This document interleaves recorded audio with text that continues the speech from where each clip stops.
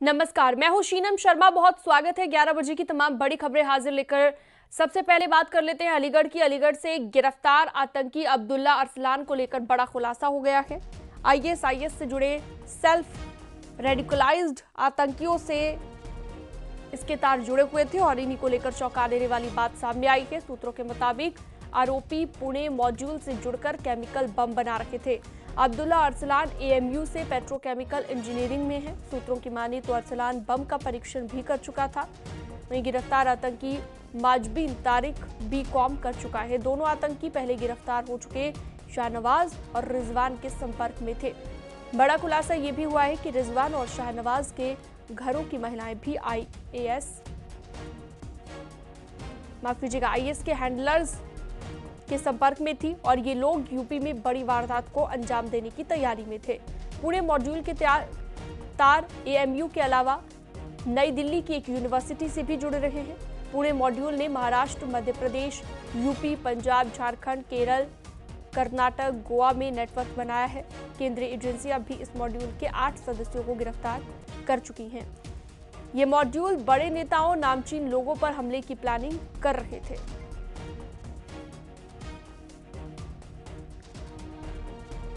अलीगढ़ से गिरफ्तार आईएसआईएस के सेल्फ रेडिकलाइज्ड आतंकी अब्दुल्ला अरसलान और माज बिन तारिक बड़े धमाकों को अंजाम देने की तैयारी कर चुके थे। एटीएस सूत्रों के मुताबिक अब्दुल्ला अरसलान अलीगढ़ मुस्लिम यूनिवर्सिटी से पेट्रोकेमिकल इंजीनियरिंग में बीटेक कर चुका था, तो माज बिन तारिक बीकॉम का छात्र रह चुका है। अब्दुल्ला अरसलान ने केमिकल बम तैयार भी कर लिया था और उसका परीक्षण भी कर चुका था, ऐसा सूत्र बता रहे हैं। ये दोनों आतंकी आईएसआईएस के पुणे मॉड्यूल से जुड़े हुए थे। पुणे मॉड्यूल के 8 आतंकियों को अब तक केंद्रीय एजेंसियां देश के अलग अलग हिस्सों से गिरफ्तार कर चुकी हैं। इन दोनों आतंकियों के संबंध पूर्व में गिरफ्तार आतंकी रिजवान और शहनवाज से बताए जाते हैं।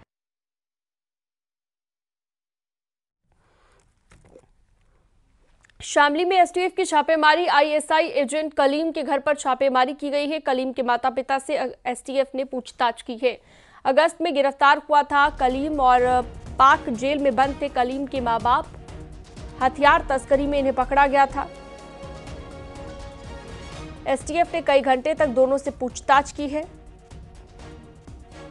और ये बड़ा खुलासा हुआ है।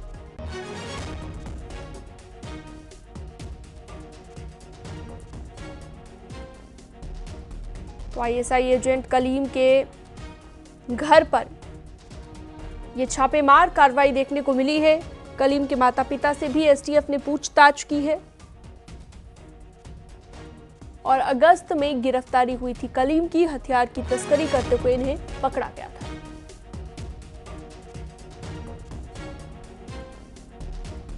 तो बड़ी खबर इस वक्त शामली से आपको बता रहे हैं और इस पर ज्यादा जानकारी के लिए शाहनवाज हमारे साथ जुड़ गए हैं।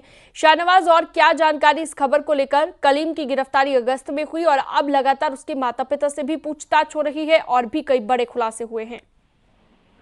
देखिए, बिल्कुल जो एजेंट कलीम है उसको एसटीएफ एनआईए ने गिरफ्तार कर लिया था, जो कि जेल में है, जिस पर कई गंभीर आरोप लगे थे। एसआईटी की जो है जांच लगातार जो है चल रही है। आज एसटीएफ ने फिर एक बार कलीम के घर पर छापेमारी की है। उसके जो माता पिता हैं उसने पूछताछ की है।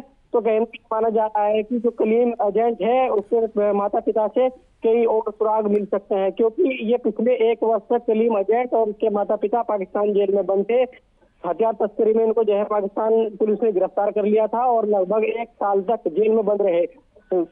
अब जो है कलीम और उसके परिवार को जो है रिहा कर दिया था पाकिस्तान पुलिस ने और इंडिया में आते ही एसटीएफ ने इन्हें पकड़ लिया था। कलीम एजेंट जो एजेंट है उसके पास से कई ऐसे संदिग्ध चीजें मिली थी जिसके चलते जो है कलीम एजेंट को गिरफ्तार कर लिया गया था। अब एसटीएफ लगातार जो है तरीकों से पूछताछ कर रही है।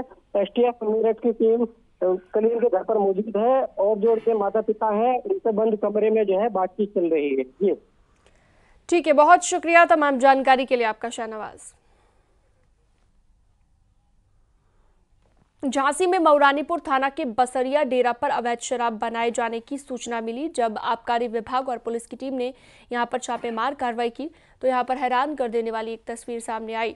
हैंडपंप से पानी की जगह शराब निकल रही थी। यहां पर छापा मारने पहुंची टीम के सदस्य अवैध शराब को छिपाए जाने की तरीके को देखकर हैरत में पड़ गए। छापेमारी टीम ने घर, मैदान, खेत, हैंडपंप और हर जगह पर अवैध शराब की तलाश शुरू कर दी। हर जगह से अवैध शराब की बरामदगी हुई। इस दौरान संदेह पर जब सिपाहियों ने हैंडपंप चलाया तो उससे भी अवैध शराब निकलने लगी। छिपाकर यहां पर अवैध कच्ची शराब को रखा गया था। भारी मात्रा में लाहन को नष्ट किया गया।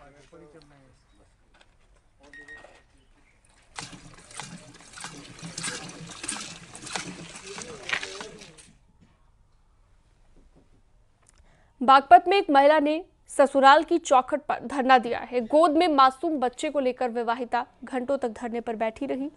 पठानकोट मोहल्ले में दहेज की मांग पूरी न होने पर ससुराल पक्ष के लोगों ने विवाहिता को बच्चे समेत घर से निकाल दिया था। इसके बाद पीड़िता घर के बाहर ही धरना देकर बैठ गई। सूचना पर कोतवाली पुलिस मौके पर पहुंची। एक को हिरासत में लेकर मामला शांत कराया गया। पीड़िता ने बताया कि वो मुजफ्फरनगर के एक गांव की रहने वाली है। 2 साल पहले पठानकोट मोहल्ले के एक युवक से शादी हुई थी। शादी के कुछ दिनों बाद से ही ससुराल पक्ष के लोग दहेज की मांग करने लगे, साथ ही आए दिन मारपीट करते थे। फिर से ससुराल पक्ष के लोगों ने दहेज की मांग की तो विवाहिता ने इनकार कर दिया। इस पर ससुराल पक्ष के लोगों ने विवाहिता को मारपीट कर बच्चे समेत घर से निकाल दिया। इसके बाद विवाहिता ने हंगामा शुरू कर दिया और घर के बाहर ही धरना देकर बैठ गई। सूचना पर पहुंची पुलिस ने पीड़िता की शिकायत पर एक को हिरासत में लेकर मामले को शांत कराया।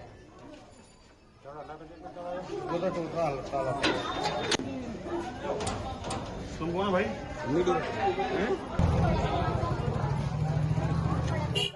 यहाँ क्यों बैठी हो? मारपीट करके काट रखी।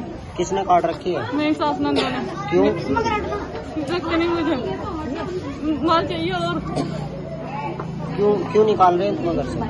सर माल चाहिए। और तो पुलिस से शिकायत नहीं करी तुमने? सर कितनी बार कर दी। कितने घंटे से बैठी हो आप यहाँ?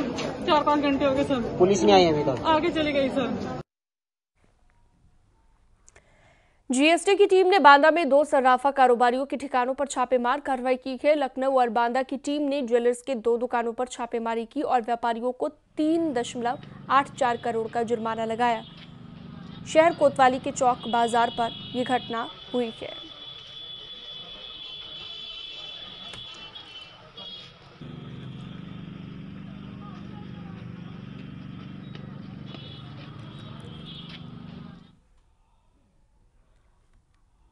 हरदोई से अगली खबर, मोबाइल टावर जनरेटर में आग लग गई। स्थानीय लोगों ने आग बुझाई है। शॉर्ट सर्किट आग लगने के पीछे वजह बताई गई। पाली थाना के मोहल्ला बाजार का ये पूरा मामला है। तो स्थानीय लोगों ने आग को बुझाया है और ये तस्वीरें आप देख सकते हैं जहां पर शॉर्ट सर्किट की वजह से भीषण आग लग गई।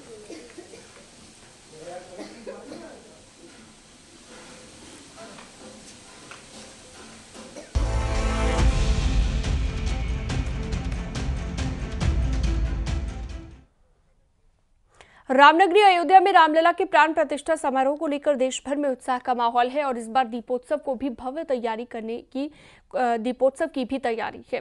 तो दीपोत्सव भी भव्य यहां पर किया जाएगा और अयोध्या को लेकर योगी सरकार ने एक और बड़ा फैसला लिया। सीएम योगी की अध्यक्षता में प्रदेश सरकार की कैबिनेट की बैठक 9 नवंबर को अयोध्या में कराने का फैसला यहां पर लिया गया है और अयोध्या के अंतर्राष्ट्रीय कथा धाम योगी कैबिनेट की बैठक करने का यहां फैसला लिया गया। बैठक में उत्तर प्रदेश अंतर्देशीय जल मार्ग प्राधिकरण के गठन सहित कई विकास प्रस्तावों को हरी झंडी दी जा सकती है। वैसे तो कैबिनेट की बैठक राजधानी में ही होती है, लेकिन ये दूसरा मौका होगा जब कैबिनेट की बैठक लखनऊ से बाहर की जा रही है। इससे पहले सीएम योगी लखनऊ से बाहर कैबिनेट की बैठक करा चुके हैं। 29 जनवरी 2019 को प्रयागराज में कुंभ के दौरान मेला स्थल पर ही कैबिनेट की बैठक हुई थी। उस बैठक में योगी सरकार ने मेरठ से प्रयागराज तक गंगा एक्सप्रेसवे का निर्माण कराने का फैसला लिया था। अब रामलला के दरबार में कैबिनेट की बैठक होने वाली है। उम्मीद है कि इस बार अयोध्या समेत कई धार्मिक स्थलों में विकास के लिए प्रस्ताव लाए जा सकते हैं।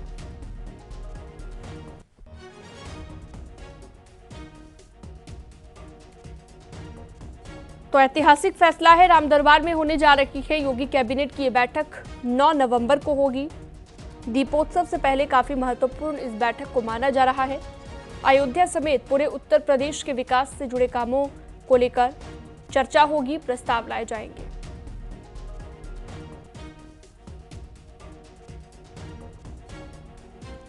सरकार की कैबिनेट की बैठक 9 नवंबर को अयोध्या के अंतर्राष्ट्रीय कथा धाम में आयोजित की जाएगी। योगी सरकार की बैठक काफी अहम मानी जा रही है। मुख्यमंत्री योगी आदित्यनाथ की अध्यक्षता में होने वाली इस कैबिनेट की बैठक में उत्तर प्रदेश के विकास के साथ साथ में अयोध्या के विकास से जुड़े तमाम प्रस्तावों पर मुहर लगेगी। दरअसल अंतर्राष्ट्रीय जलमार्ग प्राधिकरण का गठन का प्रस्ताव भी इस कैबिनेट की बैठक में रखा जाएगा। यही नहीं, अयोध्या के विकास की योजनाओं से संबंधित प्रस्ताव भी इस बैठक में रखे जाएंगे। ये कैबिनेट की बैठक रामलला की प्राण प्रतिष्ठा 22 जनवरी को होनी है, उससे पहले काफी अहम मानी जा रही है।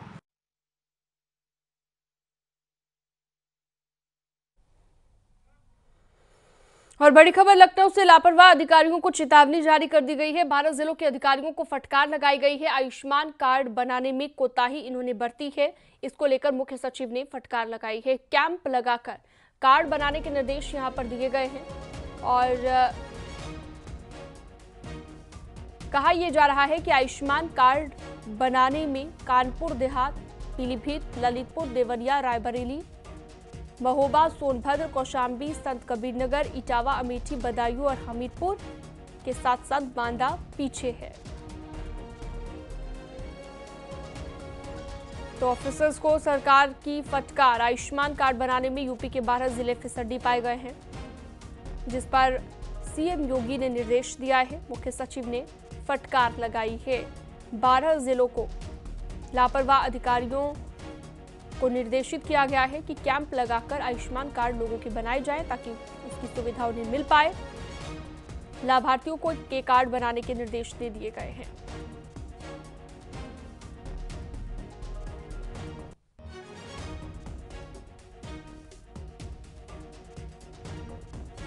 तो 12 जिलों के अधिकारियों को ये फटकार लगाई गई है और इन 12 जिलों के नाम भी हमने आपको बताए।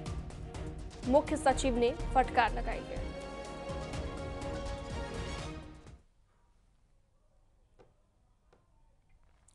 अयोध्या में रामलला के प्राण प्रतिष्ठा को लेकर तैयारी हो रही है। मंदिर के भूतल का निर्माण दिसंबर तक पूरा हो जाएगा। फर्श और खंभों का काम भी दिसंबर के आखिरी तक पूरा होना है। 31 दिसंबर के पहले ही शिखर का निर्माण शुरू हो जाएगा। मंदिर के फर्श में कालीन नुमा नक्काशी भी लगभग 40% पूरी हो गई है। मंदिर के अंदर लगने वाले 14 दरवाजे बनकर तैयार हो गए हैं, जिनकी टेस्टिंग का काम शुरू कर दिया गया है। रामलला के मंदिर के दूसरी तल का काम भी चल रहा है। दूसरे तल पर 14 फीट से ज्यादा खंभे और दीवारों के निर्माण का कार्य हो चुका है। सिंहद्वार के ऊपर नृत्य मंडप का निर्माण लगभग पूरा हो चुका है। प्रतिष्ठा के पहले तीनों मंडप तैयार होंगे।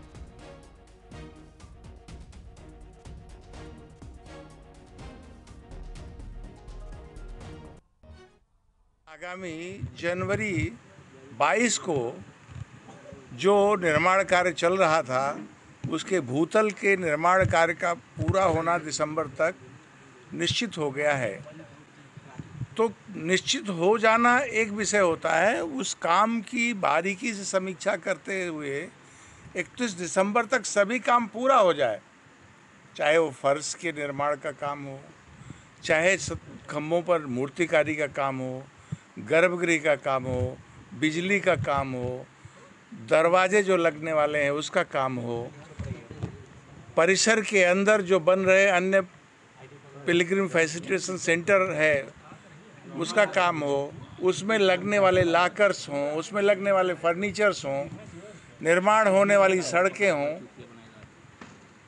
यूटिलिटीज़ हों, शौचालय आदि का निर्माण हो, इन सब विषयों की समीक्षा जिसकी तिथि पूर्णता की 31 दिसंबर तय हो गई है, उसके लिए अब वो 15-15 दिनों में आकर के समीक्षा कर रहे हैं। आगरा में पुलिस और लुटेरों के बीच मुठभेड़ हो गई। मुठभेड़ में 3 लुटेरों के पैर में गोली लगी, जबकि 2 लुटेरे फरार हो गए। पुलिस ने तीनों को इलाज के लिए एसएन हॉस्पिटल में भर्ती कराया। दरअसल 5 बदमाशों ने थाना अहमदपुर क्षेत्र के कुबेरपुर पर स्थित एसबीआई बैंक के ग्राहक सेवा केंद्र पर लूट की घटना को अंजाम देने की कोशिश की थी, लेकिन वो कामयाब नहीं हो पाए। इनके पास से 7 तमंचे, कारतूस और नकदी बरामद की गई है।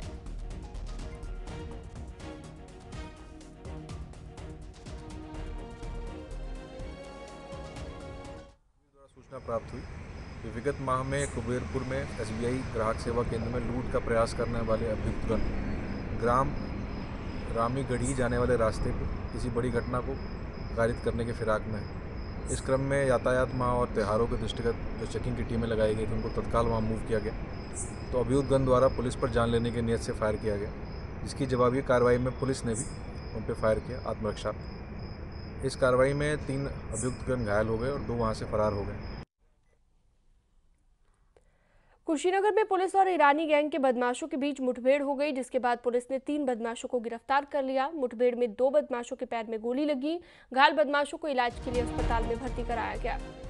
थाना तमकुहीराज इलाके में ये मुठभेड़ हुई और बदमाशों के पास से 3,20,000 रुपए नकदी, 3 तमंचा, जिंदा कारतूस बरामद किए गए। गिरफ्तार बदमाश सुल्तान पर 50,000, समीर पर 25,000 और नमाजी पर 25,000 का इनाम घोषित किया गया था।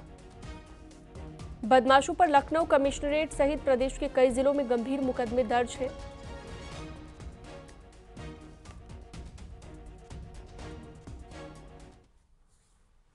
और वक्त एक छोटे से ब्रेक का, जल्द लौटते हैं।